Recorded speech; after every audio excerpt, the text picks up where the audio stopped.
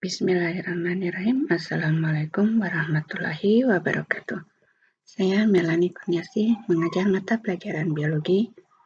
Pada kesempatan kali ini, saya akan menyampaikan paparan materi aliran energi dan materi.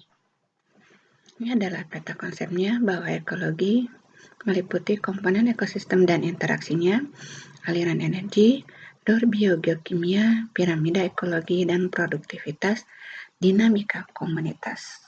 Dan komponen pembentuk ekosistem itu ada dua, yaitu abiotik dan biotik. Komponen abiotik adalah komponen yang bukan terdiri dari makhluk hidup, terdiri dari udara, air, garam mineral, sinar matahari, suhu, kelembaban, pH, topografi.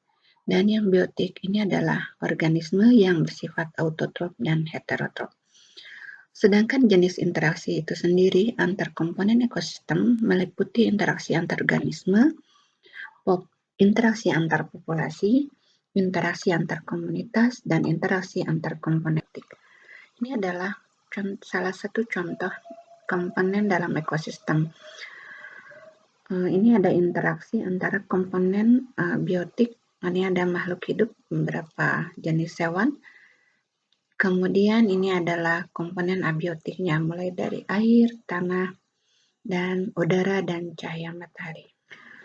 Ini adalah skema tentang transfer energi dan materi. Cahaya matahari merupakan sumber utama dari sumber energi di alam. Akan digunakan oleh produsen, kemudian diubah melalui proses fotosintesis menjadi energi kimia. Produsen akan menjadi sumber makanan dari herbivora atau konsumen tingkat 1. Pada saat ini aliran energi juga mempengaruhi arah dari transfer energi. Energi kimia ini akan diubah oleh konsumen tingkat 1 menjadi energi kimia. Konsumen tingkat 1 ini mengalami proses makan dan dimakan oleh konsumen tingkat 2 atau karnivora. Maka siklus materi itu berganti atau berubah di dalam tubuh makhluk hidup, baik konsumen tingkat 1 dan konsumen tingkat 2 menjadi energi gerak atau energi kinetik. Tentu saja setelah terjadi aliran energi, konsumen tingkat 2 ini akan dimakan oleh konsumen tingkat 3 atau bisa kita kategorikan karnivora atau omnivora. Nah, di sini sama halnya seperti konsumen tingkat 1, konsumen tingkat 2, dan konsumen 3, maka energi kimia itu diubah menjadi energi kinetik. Kemudian selama aktivitas energi kinetik ini berlangsung, perubahan terjadi pada energi menjadi energi panas. Karena setiap energi kinetik ini selalu membebaskan energi panas. Pada akhirnya, aliran energi ini semua akan berujung pada dekomposer, dan peristiwa inilah yang kita sebut dengan transformasi energi. Komposer atau transformer ini menjadikan perubahan pada semua organisme yang awalnya senyawa organik menjadi senyawa anorganik, dan kemudian senyawa anorganik ini menjadi bahan materi atau nutrisi bagi produsen. Nah, dari skema ini menunjukkan bahwa terjadi hubungan antar komponen dalam ekosistem. Dan ini menunjukkan pola rantai makanan, yaitu adanya transfer energi dan materi melalui serangkaian organisme. Berikutnya adalah rantai makanan di laut. Ini termasuk ke dalam adanya aliran energi dan aliran materi, mulai dari fitoplankton sebagai produsen, kemudian zooplankton herbivora atau konsumen tingkat 1, ikan kecil sebagai karnivora, dan ikan sedang juga sebagai karnivora. Lalu ke ikan besar sebagai karnivora. ini terjadi aliran energi dan materi. Ini adalah jaring-jaring makanan di ekosistem darat. Jaring-jaring makanan merupakan proses rantai makanan yang kompleks. Ini adalah tumbuhan sebagai produsen, kemudian kelinci, tikus, burung pemakan biji, dan belalang merupakan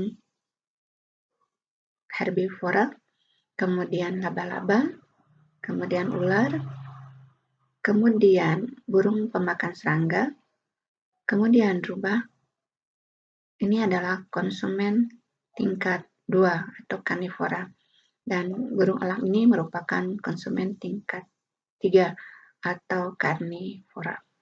Dan ini adalah jaring makanan di ekosistem sungai.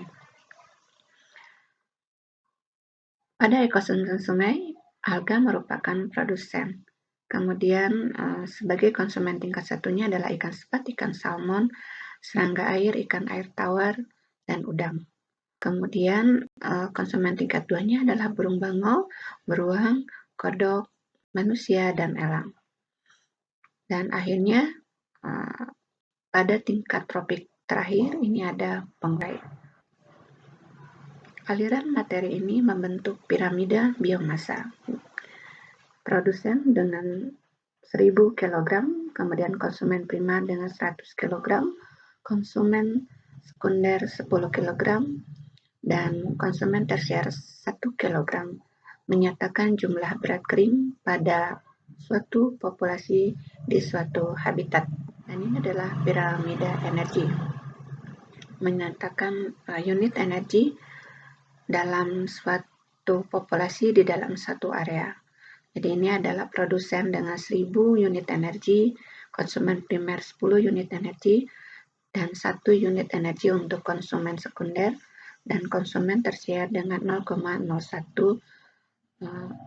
unit energi. Jadi makin ke atas ini makin kecil energi yang digunakannya. Berikutnya ini adalah piramida jumlah. Ini adalah produsen dengan 5.842 jumlahnya, kemudian 708 untuk konsumen primer, 354.000 ini adalah untuk konsumen sekunder, dan 3 untuk konsumen tersier. Ini menyatakan jumlah individu di dalam suatu habitat. Kemudian ini adalah piramida ekologi. Piramida dalam habitat yang berbeda menunjukkan bahwa bentuk piramida berbeda dengan piramida sebelumnya. Di ekosistem akuatik, fitoplankton jumlahnya lebih sedikit dibanding zooplankton.